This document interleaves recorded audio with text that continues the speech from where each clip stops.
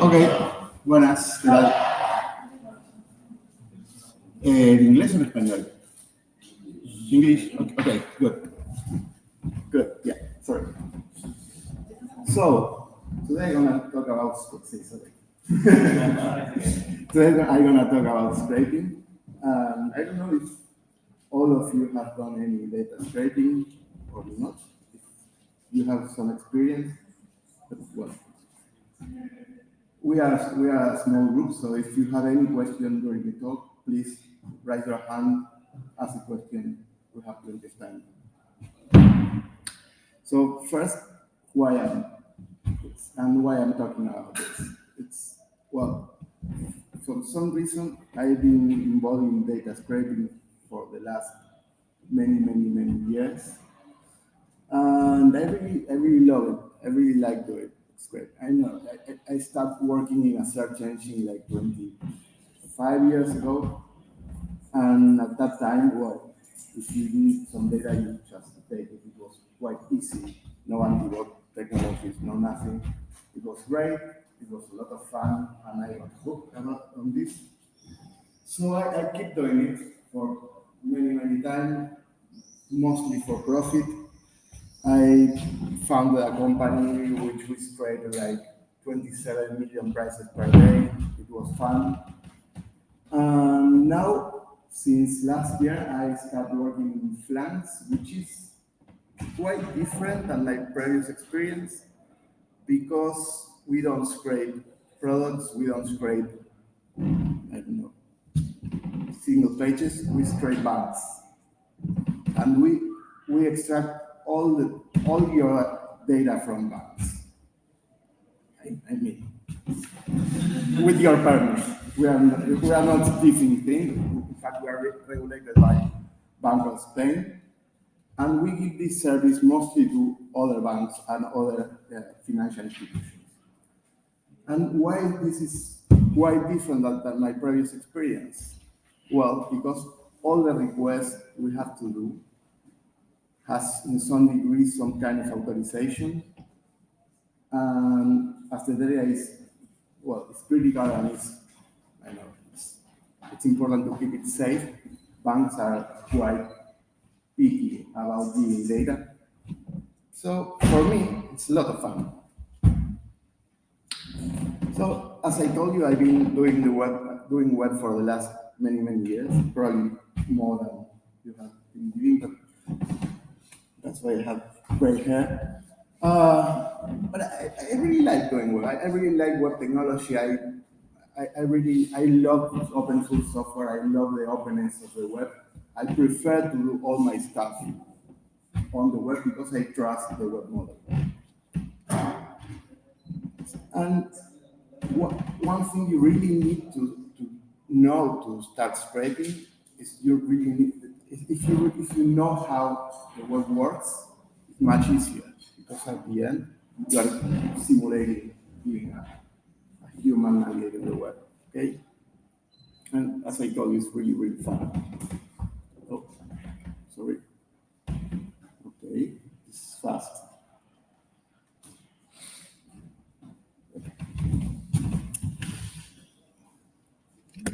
It happened to this thing, and I know why.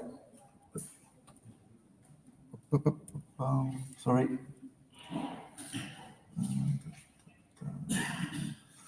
Okay, so what we need to know to start scraping? Well, as I told you, we need to know how the works work. And just yesterday I asked ChatGPT what's web scraping, and it told me, well, like the normal definition. You can find similar things in Wikipedia. And the important things are there. It's just extracting information, simulate human behavior, parsing whatever the web gives you back. So this doesn't work anymore. So that's the only thing we need to know to scrape data. At start, at least. So who of you know something about the HTTP protocol? do you know something about internet protocols? Okay, some. Okay, so internet protocols in general are really old. Most of the most used protocols are quite old, and HTTP is from 91. I mean, it was released in 96, so it's really old. And the good thing about all protocols, it's are quite simple, so you can speak those protocols quite easy. It gets more complicated during the time, so now it's quite complicated, but we will see. So, do you speak HTTP? I can. It's really easy. You only need to open a connection to port 80. Well, it was pretty easy. It's not anymore. But you usually open a connection and you just send what you need. It's like, hey, server, I want the slash for this domain, for this host, and it returns the response. And if you were looking into your browser, you probably have servers. You have seen these headers here, the verb. That's HTTP. And this is the only thing you need to know about HTTP. Because for the rest, it's impossible to speak. Because no one can speak SSL. You know, it's like completely impossible. But luckily enough, we have browsers. Browsers are fantastic piece of software, and they speak HTTP for us. So if we understand how the protocol works, as I showed you, then you know everything. Because what the browser does now on HTTP 2 and 3 is just the same. It's serializing things together to go faster in threes. That they don't use any more TCP/IP. They use UCP because they don't trust the net, so they want to re-implement all the protocol, all the control traces on top. And nowadays, it only works using SSL, but that was not planned. That's just an accident. The problem was when Google released the version 2 of the protocol, because it was first released by Google on a name, it was called Speedy. The specification didn't say anything about you must use SSL. The problem was internet is too old. All the routers in the world was kind of tricking the internet to go fast, so they know more than they need to know, and they were like modifying all the traffic to go faster. So in fact, it's completely impossible to speak anything that is not HTTP 1.1, like more than 1.1 without encrypting the traffic. Because when you encrypt the traffic, the router says, hey, I can't see anything, I can't do anything, I cannot optimize, so good. So, what the browser does? When you open a browser and you write like Flanks.io or GitHub, whatever, well, the browser will talk with the operating system, will resolve the DNS, will ask for the page on the port 443 because it's SSL most of the time. If you go to any server nowadays to the port 80, like I showed you before, what you will get is a 301, a redirection into SSL. So the browser will do this. It will fire the request like I showed you in the previous slide. It will ask for the page. It will receive the page. It will parse. It will build the DOM. It's like all the page is rendered by the browser, and while it renders, it will ask for the rest of the content. So you can see all this happening. You will see. It's a JavaScript interpreter. Like, I don't know if you use Node, but Node came from the web. So yeah, Node is based on top of V8, which is the JavaScript interpreter from Chrome. And every browser has its interpreter. Well, nowadays there is only 2 browsers. That's a shame, but it's how it is.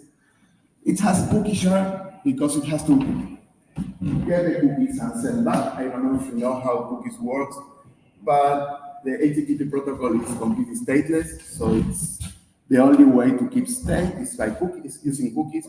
Nowadays there are some more stuff because the browser has a database, several databases that you can use using JavaScript, but in the protocol there is nothing. So the cookie is just one more header, which is a standard for sending and receiving information and keeping state. And the browser collects the cookies and it caches the responses because when you get a response, it says, hey, you can cache this for this long. Okay, and the browser is the most important tool if you want to start scraping data. At least if you're going to scrape from web. If you're going to scrape from mobiles, it's be different, but almost the same. So it's quite important to become familiar with some features of the browser. In this case, I will show you Firefox, but Chrome is same. It has the DevTools, and if you open the DevTools and you go to the network, you will see all the requests the browser is doing to load the web page. In this case, it's a really simple web page. It's only 5 requests. I don't know if you see anything, I can't. But, well, each of those requests, this took like 200 something milliseconds, and the other was peanuts. And you can use the browser to explore what's inside each request. So if you click on a request, you will see like request header, response headers, the status. You will see the protocol. In this case, it's 2, I think, or 3. I cannot read. You can go there and see cookies. Everything is there. And if you use right-click on a request, you have really nice options like resend the same request, so you can see if there is anything that is not working with resend, or if you can resend, then you can scrape really easy. Because there is another option in which you can copy the request as a pull command or as a fetch command in JavaScript. So it's copy and paste and done. You have content for you. Okay, so once you start to scrape data and you need to scrape data, there is like 2 kinds of libraries to use. You have like the native user agents. User agent is a way of saying browser in a program. And in every language you have user agent. In Python you have request. In JavaScript you have fetch. You have got. You have a lot of things. And you have the browsers, like you have libraries to control the real browsers. Okay, so this is a really simple example to get that page. You get all the content from Hacker News in Python. So you use request, you get the page, you use this beautiful soup to parse the content, and then you can get title in text, or you can get all the titles and the URLs from the links. Okay, and this is a boring part of getting data all the way. And when it's that easy, hey, scraping is really easy. Banks are not like that, but sometimes they are. You need to do some tricks. We'll see later. So this is like how you do a post, like a form post or a post JSON if you are talking with an API. Easy. And if you ask some API to show you back what you are sending when you perform a request using requests, you will get this. Okay, those are the headers that requests are sending when I ask for a page, and this is what we are sending to any page we're trying to scrape. So we can see something fishy because this is Python requests.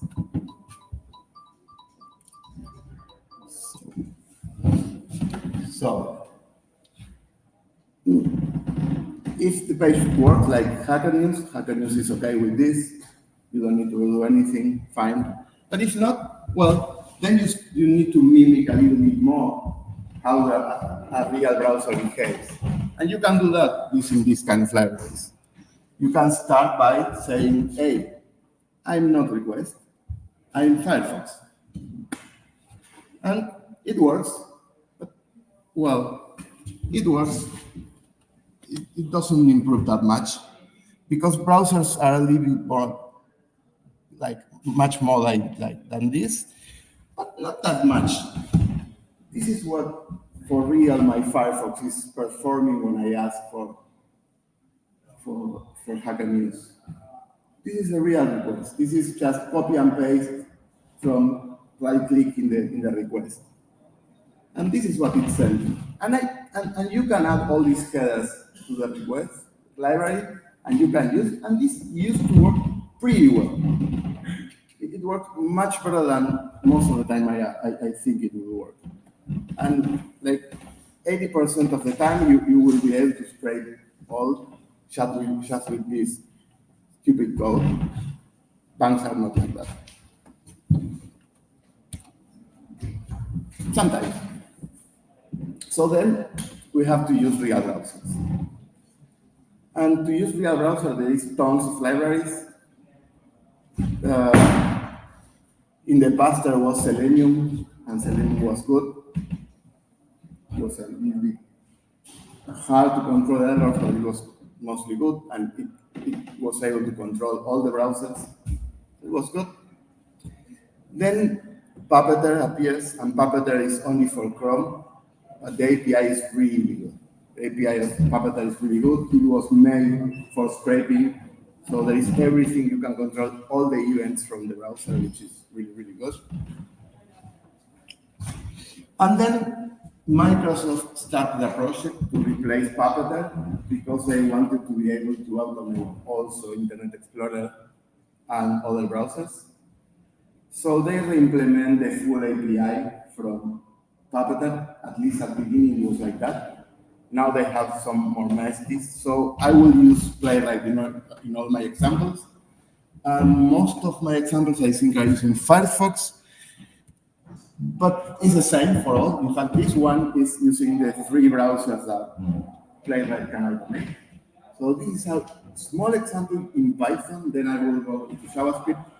This is a small example in Python on how to capture the full web page of HackUPC and save it as a PNG. And it's really stupid code. It's really, really easy. So this will start the browser in headless mode, so you won't see a browser, but the browser will be running. If you see processes, you will be your precious 2 gigabytes used by the browser. And it will save the full page as PNG. Yeah. This code is quite easy. I think I need to explain. So this is exactly the same code in JavaScript because Playwright works the same in JavaScript and Python, almost the same, but I will be using JavaScript for a reason, because there are more plugins for it. And because I prefer JavaScript, but that's another story. So this is exactly the same. Same code, almost same lines. Okay. But, well, once you have a browser, you have a JavaScript runtime, okay? So if you want to scrape a page that when you do a request, using request or curl or whatever, and you don't get any data, well, you can start looking into the network and you will probably find where the page is talking with some kind of API, so you can then replay the API and forget about the page. That's great. That happens a lot in banks. So for this example, I will try to scrape this type. I know it's quite stupid because it's only JavaScript. The page is not requesting for that data to any place. But, well, HackUPC page is showing how much time we have left. And I will try to scrape it. So if we look into the network tab, well, we will see that it's fetching the JSON, so done. I'm over now. This will return this, so I can probably just hard code these dates, do some math, and done, but that's not fun. So I will try to do it with the browser. Okay, so what I will do, I will run the browser, I will get the page. As we are in Europe, they have to ask if they can send us cookies. So I say no. And then I can see the page. So I can use something really nice, which is not part of the original Puppeteer implementation, which is locators. Locators are fantastic. If you never use Puppeteer, it's like, hey, use this and you don't need to know much. But it can wait until the page shows what you are waiting for. And waiting when you scrape using a browser is the most harder thing to do. It's like scraping is easy, waiting is really hard. Okay?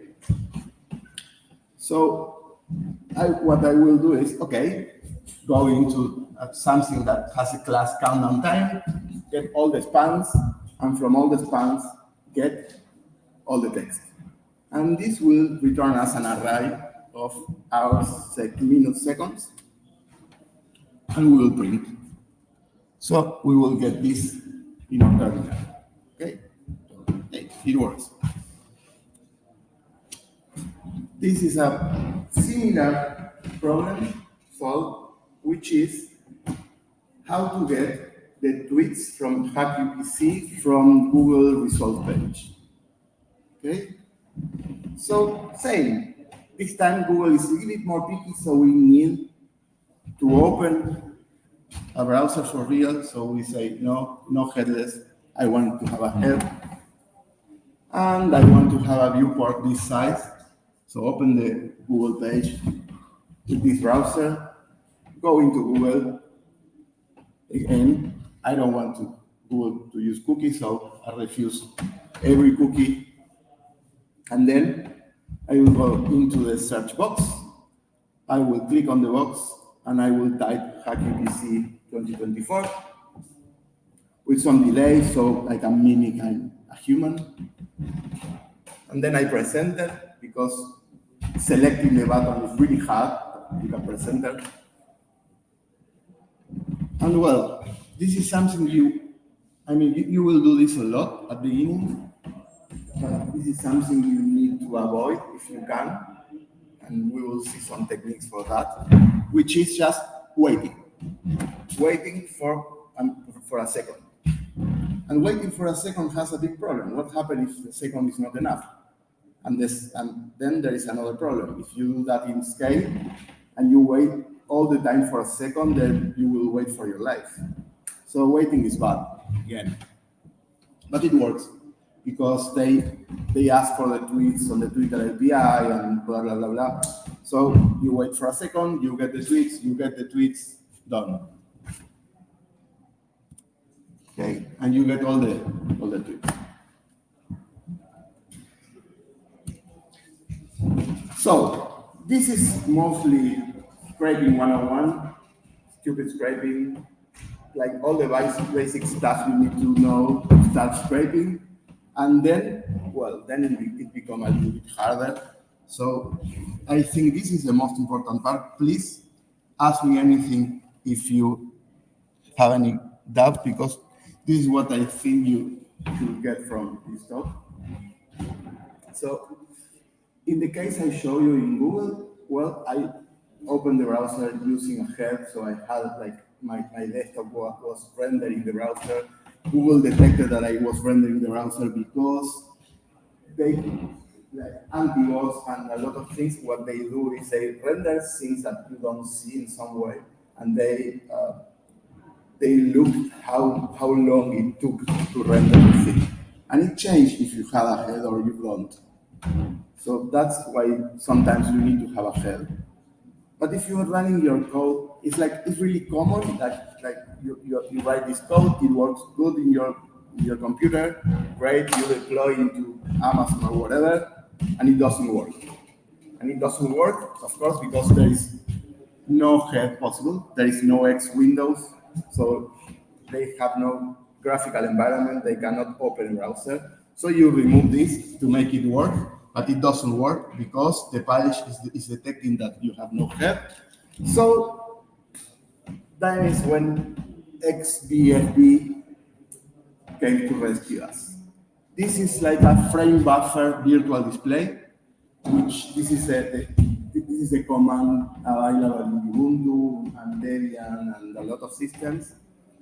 At the end, this is just a shell script that calls another thing which simulates there is a screen, so it exports a screen, and the browser will have a screen, but you won't see anything.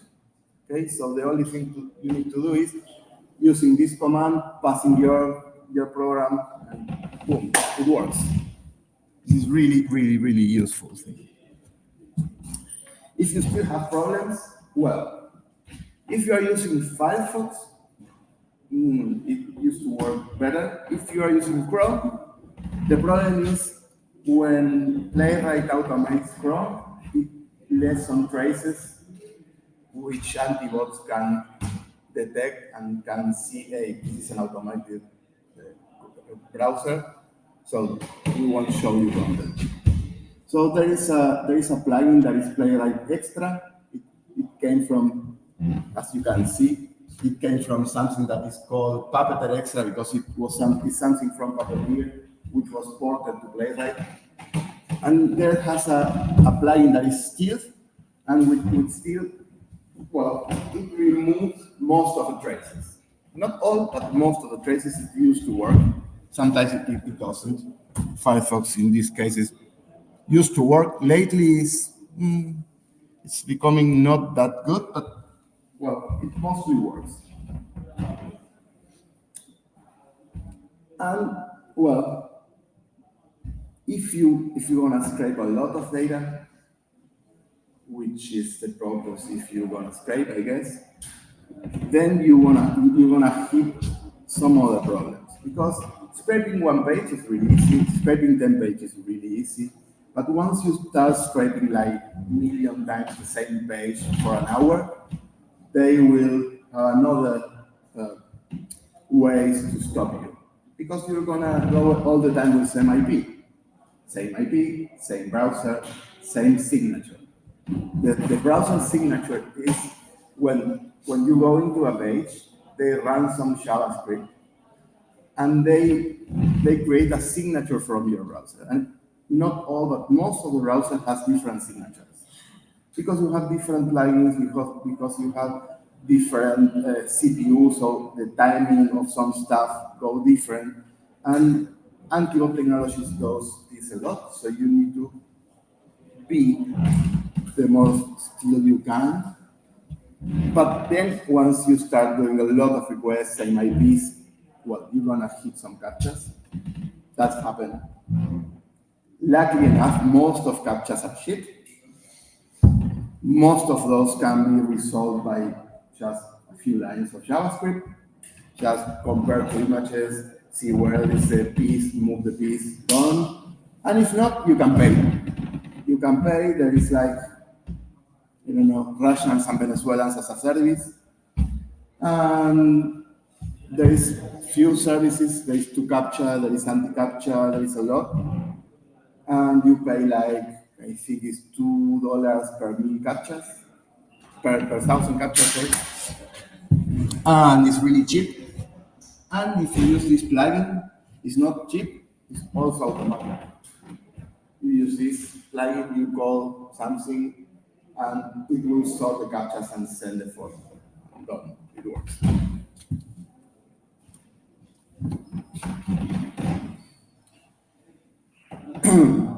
Again, once you start doing 1,000 requests, well, the IP will be the problem. So you will start using proxies. And, well, proxies is good.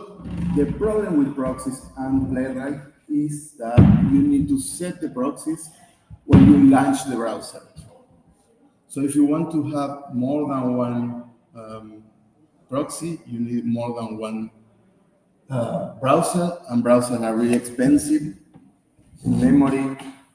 So this is a really useful technique I discovered, which is you open the browser giving sheet as a proxy. You give a proxy. You don't need to use this text. You can put XXX, whatever you want there.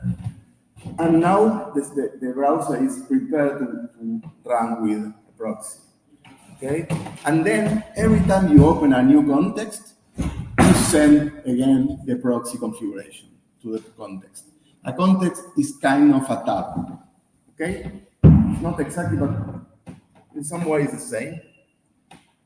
And the good part of context of a browser is that they use copy on write, so they share most of the memory, which is good. So with this simple code, imagine I have an array of like 1,000 proxies or 10 proxies.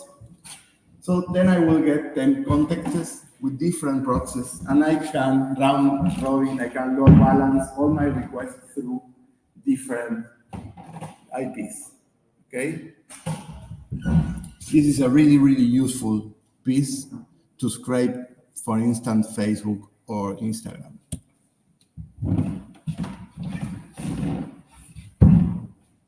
So another pattern will be really useful when you start scraping. As I told you, waiting is bad. So sometimes you behave like a person, but you are not waiting for something that will be shown on the page. You are waiting for some piece of information that flies through some request that you will never see because it's a JavaScript which loads the data and store in memory. So this is with this piece, you can intercept the response and you can look into the response, and if it's the one you are looking for, you can capture a thing. And what I have done is I unwrap a promise, okay? I get the result function from the promise, and I use to send back what I get from inside the browser. So then I can wait for the data. And another really common pattern is, instead of waiting time and looking into the page, is waiting for several things in parallel. It's like, hey, I'm doing some stuff, I'm doing like a login in the bank, and hey, I don't know if the credentials are okay. I don't know if the user and password are fine, but I know if those are fine, I will get a token in some request that flies over. So what I do is I prepare two promises. The first one to get the token, and the second one to get the error. And then I will wait for the first of the two using promise phrase. Okay? And this is really useful. Really, really useful. We have like huge scripts like wait for 20 conditions. And when the first of those 20 conditions happen, I am done. I don't need to wait time, which is great. And lately, I don't know if you remember the examples I show you, like the first thing, and if you scrape pages in Europe, this happens a lot. It's like you have to say, hey, yeah, I don't want you to store cookies. Yes, you can store cookies. It's like fucking cookies. So this takes a lot of time when you're scraping scale. Time is bad. So a really nice trick is, if you know which cookie do you need to have to say to the page, yes, you can store cookies, or no, don't store cookies. Just add the cookies to your context. So you add the cookies to your context, and boom.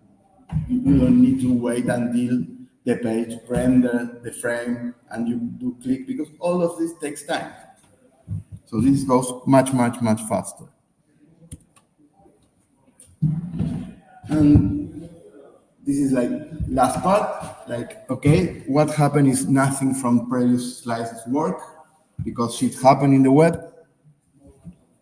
Well, first of all, as I showed you at the beginning, if you can use something that is not a real browser, use it. It's like If you can do all the requests using Python request or JavaScript fetch or whatever, do it because it's much faster, much lighter. Good. Okay. So the first golden rule is if your browser can render the data for you, you can get the data. It's impossible. You can always get the data. Sometimes it's harder. Like you have a WebSocket open and you need to do requests. You can intercept anything. That's the good thing about the web. It's really open. If you are simulating being a browser and you are sending the request and doesn't work, look pretty careful. Not only the cookies, look every header and also the order of the headers because servers those signatures for the requests. There is a plugin in Firefox that is tamper data. Tamper data is fantastic because it allows you to modify inside requests. So you open the plugin, and every time your browser will perform a request, the client will ask if the request can go. And you can say no, so you can simulate your program, which is really good to see where the problem is. It's like instead of simulating from the browser to your software, once you have problems, you try to simulate your software in your browser using this. And you can also modify the data that the browser is sending, which is also really, really easy and useful. Okay? And well, you can always dump the crawler headers and compare, and well, but sometimes that doesn't work. But try really hard because if you can do it without a browser, it is great. As I told you, there is a lot of web that try to sniff and to check if you are a real browser. So you can play changing the user agent. Sometimes some webs have some problems, so you can get from the internet. You can scrape from the internet a huge list of user agents, and you can try with thousands of all the user agents you get, and sometimes it works. In fact, there is a lot of webs that if you say, "Hey, I'm Google," they say, "Yeah, here's my content," and this is great. So, well, you have to try it. Then, as I mentioned before, the God library in JavaScript, there is a plugin for that library is God scraping, and God scraping uses internally another library which you can also use for Playwright, which knows how to simulate better browsers. It's like you say, "Hey, I want to look like an iPhone." Okay, so it gives you not only the user action for an iPhone, but it gives you all the headers that the iPhone sends in that version. Hey, I want to look like an iPad this version. I want to look like a Windows user using a Chrome. Okay, so you just send some configuration and it gives you back all. So this integrates everything. You don't need to know anything about that. You just use that like God. And this works quite well. In fact, this works to bypass Cloudflare, for instance. And if nothing works, well, use a browser.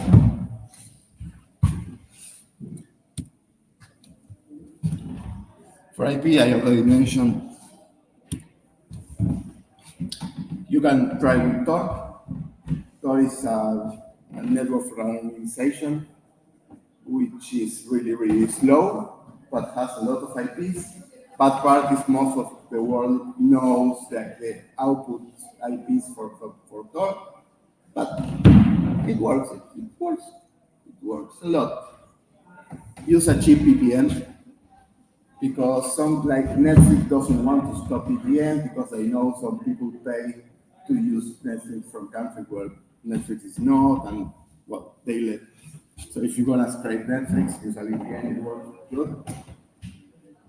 You can pay for really good proxies. There are really expensive proxies. You can pay for residential IPs. Residential IPs are the better you can use. It's like the residential from your house. It's fantastic. It's the one you should use. In fact, a really nice trick is you scrape the router from your home and you create a script to rotate your IP if you have not fixed IP. So every time you get banned, you fire a request into your router and say, hey, restart, you get a new fresh IP and you continue, and that's it works wonders. And another really nice trick is use your phone. Like phone company has tons of IPs. Every time you go airplane mode and back, you get a new fresh IP. No one wants to block these kind of IPs. And also you can buy really cheap on the internet unlimited proxies for 4G networks. In France are really cheap, like 50 per month per 4G chip connected to the network. And you can rotate all the time you want, like every second if you want. It has some downtime every time you rotate the IP, because what they do is they disconnect from the net and reconnect. But if you combine this with the trick I show you, where you have two contexts, with only two of those, you can have infinite IPs. $100, infinite IPs in France from the mobile network. Good. Then you can get whatever you want from Facebook, Instagram, LinkedIn. Then, as I mentioned before, yeah, antibots used to do some signal, some nasty thing with your browser, check how long it takes to do some calculations. Well, again, this I like to call those like JavaScript passes. You can just download the code and try to run that code in Node locally. Sometimes it works. It used to work quite good in Bash. Nowadays, what you usually need to do is to use some regexes to replace some text into the JavaScript, because you will run in a context where there is no page. So you just say, hey, every time it will put something in the document, put in this object. Every time you log print here, you change some stuff, you run, you get the code back, and sometimes it works. Again, use a real browser. And the last thing and the most important thing is, if you are forced to use a real browser, because you will, there is a really nice trick in which you only use the real browser once, or once every many requests. So, and what you do is, hey, go to Google. Google will run a puzzle. So I need a real browser. You go to Google, you do whatever you need to do to solve that puzzle. You get the cookies and everything you need back, cookies, headers, whatever. You copy those cookies and headers into your request or whatever you're using, and you continue from there. You close the browser, and you continue using request, dot, or whatever. And this works great. In fact, this is what we mostly use in banks.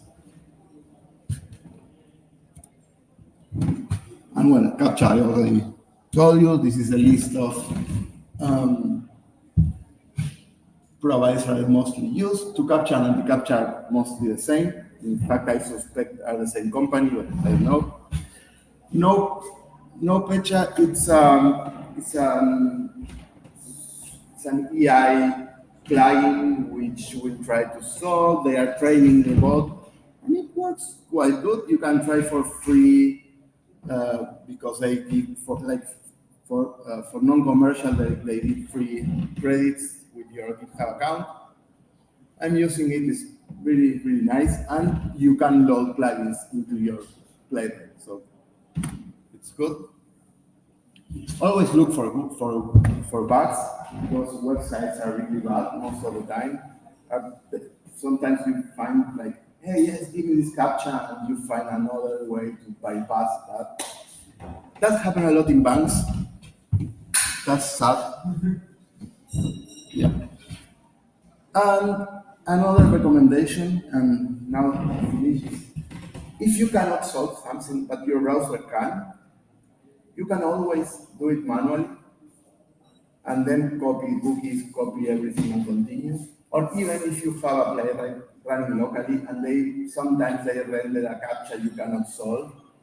You can detect the captcha is rendered, so your program stops, waits for you to solve the captcha, you enter, and it continues. So don't fight too much if you don't need to fight too much. Okay? You can do a full code and you can scrape a lot of data by resolving a captcha every 20 minutes. And sometimes it's easier just to get the data for once and forget about the problem. Because sometimes it gets really, really picky. Thank you.